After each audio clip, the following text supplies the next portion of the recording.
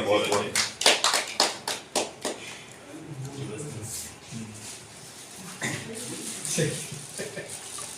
Thank you thank you thank you thank you.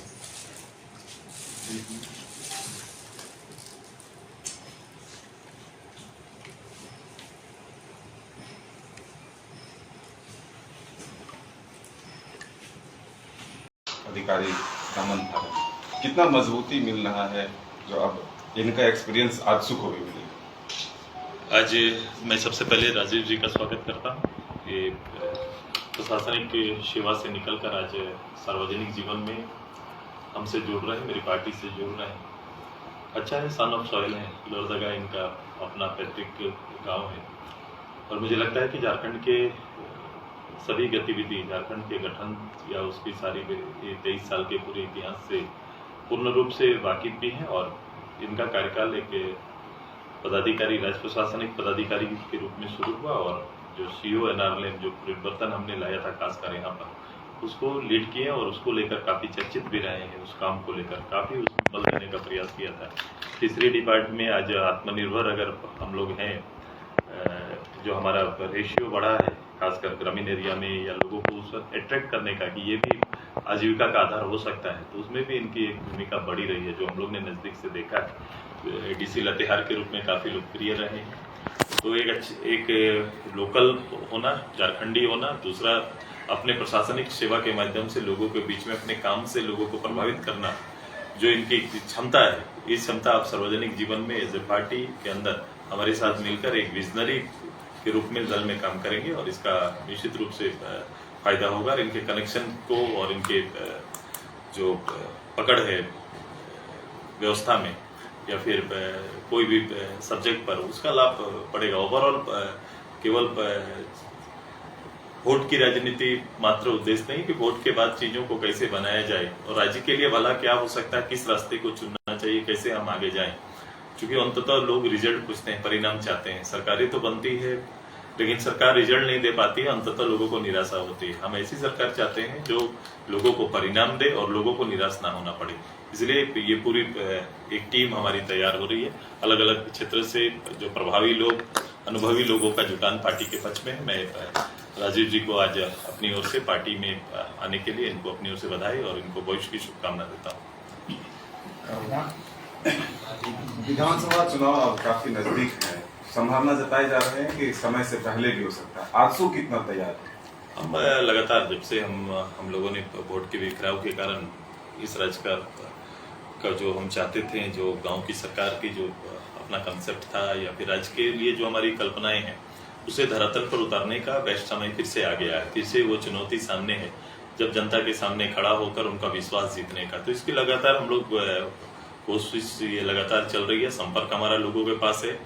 जिस सरकार जो स्थापित है, आप देख रहे हो स्थापित सरकार का एजेंडा कैसे कैसे बदलता है। लोगों के बीच में वादा खिलाफी किस रूप से लोग कर सकते हैं, किस हद तक लोगों को धोखा दे सकते हैं। सबसे बड़ा धोखा होता है जनरेशन को धोखा देना। इन्होंने नए जनरेशन को धोखा दिया है, यूथ को धोखा दिया है। नौकरी के नाम पर आने वाली, नियोजन के नाम पर आने वाली मूलतः फोकस किया था सरकार का कि मैं आऊंगा 5 लाख नौकरी दूंगा। कभी भी लोगों को ये लगता है कि गवर्नमेंट के आने वाले मुखिया या प्रमुख अगर ये बात को बोल रहा है तो उसको बहुत महत्व देते हैं। अगर ये महत्व देकर लोगों ने अपना समर्थन इनको देने का काम किया था कि जितने भी जो सरकारी सरकारी रूप से काम करने वाले, जो अलग अलग जैसे पारा टीचर हो, सैया हो, अलग अलग जो काम कर रहे हैं, इन सभी को प्रमोट करने का और समतुल्य, सबसे बड़ा आकर्षण क्या इन्होंने बनाया था कि मैं समतुल्य वेतन दूंगा। काम का, एक काम का समान वेतन का जो बात और चर्चा की थी, आज देखो कहां पर है वो। आज उनके जवाब देना चाहिए। नई बात बोलने का अब समय खत्म हो गया, जवाब देना चाहिए। मैंने कहा था कि 5 लाख साल में देने वाली, जो 6 साल में 30 लाख नौकरी देने वाली 30,000 पर आके अटक गई है। तो अभी एक बयान आया था कि 30,000 नौकरी हम लोग देंगे। याद होगा विधानसभा की मेरी वो बातें, जब मैंने कहा था, जब ये खुद मुख्यमंत्री तब थे, हाउस में थे, मैंने कहा था कि 50,000 नौकरी भी आपके द्वारा आप सीधे लोगों को सरकारी नौकरी नहीं दे पाएंगे आप। मैंने कहा था। आज देखो, मैंने पिछला बार जब मैंने बात की थी तो 5,300 सरकारी नौकरी आज तक दिए थे। और जो भी बातें अभी चल रही है, जो बातें और चर्चाएं चल रही है, बिल्कुल से एक धोखा खाया हुआ नौजवान कहीं ना कहीं सड़कों पर भटक रहा है और भविष्य के लिए चिंतित है। आइए अब समय आ गया है सरकार को, और इनके विश्वास करने का समय खत्म हो गया, इसको जवाब देने का समय आ गया है। और इस राज्य के नौजवान तैयार हैं परिवर्तन के लिए। आने वाले समय हम एक यहाँ के लोगों के और झारखंड के हित के वो सारे विषयों के साथ, वो सारे संकल्पों के साथ हम फिर से वापस हम लोग आएंगे और एक बड़ी तैयारी उसको लेकर चल रही है। कल 1500 टीचरों को नौकरी दी गई और उस कार्यक्रम में ये प्लान ही इनका नहीं था। ये 1500 का नौकरी का प्लान इस सरकार में सोचा भी होता तो मान जाते।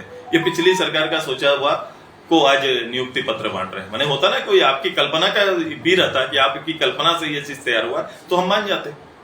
अब देखें अभी विधानसभा चल रहा था, सड़कों पर हमारे सिपाही खड़े हैं, वो चाह रहे थे, वो उनकी लड़ाई 1 साल से लगातार आश्वासन पर चल रहा है। पिछली बार जब आंदोलन में थे उसे आश्वस्त किया गया था, 1 साल बाद फिर से धोखा मिला उनको। कल फिर बारिश के बीच में वो मोराबादी में तंबू टालने पड़े रहे। नहीं, मैं काफी दुखी हूँ कि जो लोग इस राज्य की सेवा दे सकते हैं। ऐसा नहीं कि सिपाही का पद खाली नहीं है। हम अगर आगे जाएंगे तो कई सिपाहियों के पद खाली है जो भर्ती में मुझे आना है। मेरे पास रिजर्व ऐसे सिपाही हैं जिसे एक बल ट्रेनिंग देके, एक अच्छा ट्रेनिंग देके, एक अनुभव उनके साथ है। उनको नियोजन खाली मात्र करना है। नियोजन कर लेंगे तो कम से कम खड़ा होकर संख्या तो बता पाएंगे, नहीं तो संख्या 1 महीने के बाद क्या बताएंगे।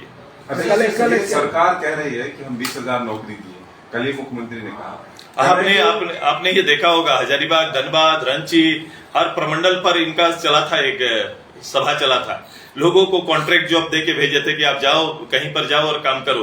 और जो लोग गए हैं उनका हिसाब मांगो ना, उनके पोर्टल पर तो हिसाब होना चाहिए। उन्होंने कहा था कि जितने लोग को हम भेज रहे हैं उन पोर्टल में मेरा हिसाब है। हजारीबाग में जो इन्होंने सभा किया, हजारीबाग में खड़ा होकर जिन लोगों को नियुक्ति पत्र बांटे थे, वो नियुक्ति पत्र वाले आज कहाँ हैं ये पहले सरकार बताए। जिनको धनबाद में बांटा था वो लोग कहाँ हैं वो बताए।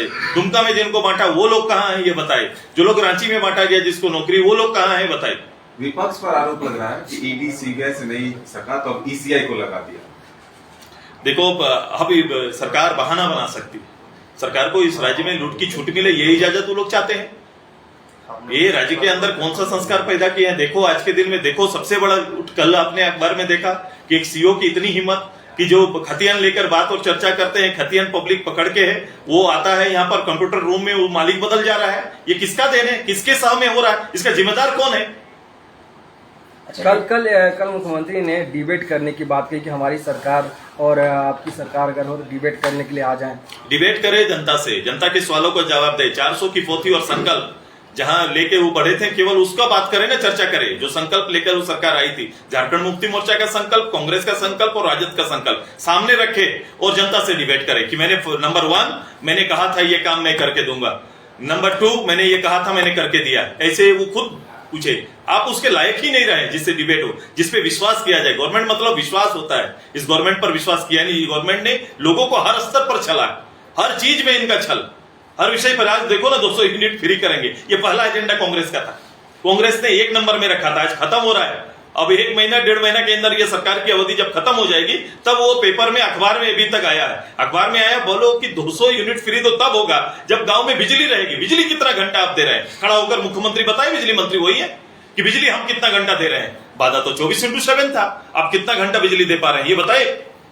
एक सवाल है कि कल केंद्र सरकार ने एक नोटिफिकेशन जारी किया संविधान हत्या दिवस मनाने को लेकर, 25 जून को संविधान हत्या दिवस मनाया जाए, क्या कहेंगे? यही कहेंगे कि संविधान के बारे में ये पूरे चुनाव में इन्होंने एक एजेंडा बनाया, संविधान खत्म हो जाएगा, संविधान खत्म हो जाएगा। 10 साल तक मोदी साहब रहे, संविधान पर कोई तो आंच नहीं आया।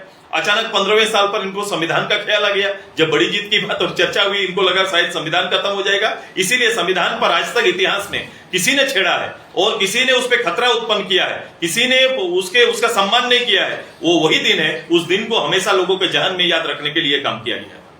उन्होंने मन से एक और बात कही है कि जिस राज्य का, देश का राजा आपको व्यापारी हो तो प्रजा गरीब होगी, भिखारी होगी। किसने? माननीय मुख्यमंत्री जी का क्या है? मुख्यमंत्री जी वो बताए कि वो राज्य के जनता का व्यापारी तो कर रहे हैं। जो लोग कम्युनल रूप से काम करते हैं या फिर वो सेकुलर की बात करते हैं या इस तरह की जो बातें करके आप बोलो ना, वो एक लोगों के साथ भावनात्मक खेल के आप भी तो जनता के साथ एक उसी हद पर काम कर रहे हैं। आपने कभी भी आदिवासी का डेवलपमेंट के इश्यूज पर आपने काम नहीं किया। आदिवासी बहुत चाहिए, लेकिन वो आदिवासी के लिए हित के काम कोई नहीं किए। आप भी स्टेट के अंदर में वोट का व्यापार तो कर रहे हैं, वोट के व्यापारी तो आप हैं, जो निश्चित रूप से आप सोचते हैं कि ये वोट मेरा हिस्से का है, वो हिस्से का है, लेकिन उसके लिए आपने कोई काम, वो हिस्से को जीतने के लिए आपने कोई रास्ता नहीं किया, कोई रास्ता नहीं अपनाया कि मैं उसके दिल को जीत के आ रहा हूं, मैं उनके काम को करके आ रहा हूं।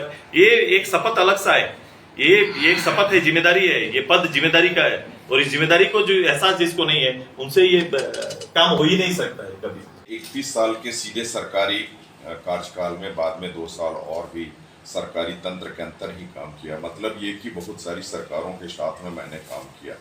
सरकार के साथ में काम करने में ये हुआ कि कौन से नेता जो झारखंड के लिए विजनरी, यहाँ के लोगों के लिए, स्थानीयता के लिए, यहाँ के जंगल जर जमीन के लिए, यहाँ के जन के लिए सोचते हैं, उनके एम्प्लॉयमेंट के बारे में, इसके संरक्षण के बारे में, राज्य को आत्मनिर्भर बनाने के बारे में। तो ऐसे में आजसू पार्टी के केंद्रीय अध्यक्ष श्री सुदेश महतो जी का नाम मेरे जहन में हमेशा रहा। मैं इनके साथ में जब कभी भी चर्चा करता था तो ये होता था कि भाई आप मछली विभाग में कार्य किए, मछली उत्पादन में इस तरह की बढ़ोतरी हुई, राज्य मछली उत्पादन में आत्मनिर्भर हुआ, हजारों हजार आदमी स्वनियोजित हुए, कई एक लोग लाख रुपया कमा रहे हैं, और पूरे राज्य में जिंदा मछली उत्पादित हुई, चौक चौराहों में बिक रही है।